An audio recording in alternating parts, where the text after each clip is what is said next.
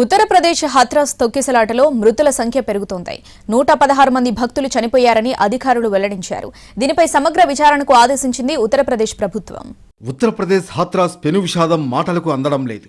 ఆధ్యాత్మిక క్షేత్రంలో సందడిగా సాగిన కార్యక్రమం ఒక్కసారిగా దుఃఖసాగరంగా మారిపోయింది. హత్రాస్ తొక్కిసలాటలో 116 మంది ప్రాణాలు కోల్పోయారు. భారీ సంఖ్యలో గాయాల పాలయ్యారు. మృతుల్లో చిన్నారులు, మహిళలు ఎక్కువ మంది ఉన్నారు. బాధితులను హత్రాస్ ఆసుపత్రికి తరలించారు. మృతుల సంఖ్య పెరిగే అవకాశం ఉందని భావిస్తున్నారు.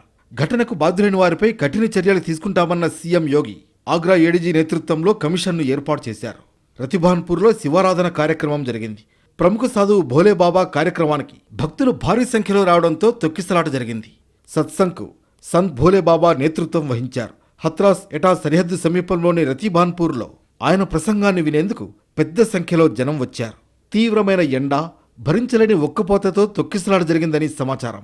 ప్రధాని సహా వివిధ రాష్ట్రాల సీఎంలు, ప్రతిపక్ష నేత రాహుల్ గాంధీ హత్రాస్ ఘటనపై దిగ్భ్రాంతి వ్యక్తం చేశారు. బాధ్యులపై కఠిన చర్యలు తీసుకుంటామని సీఎం యోగి స్పష్టం చేశారు.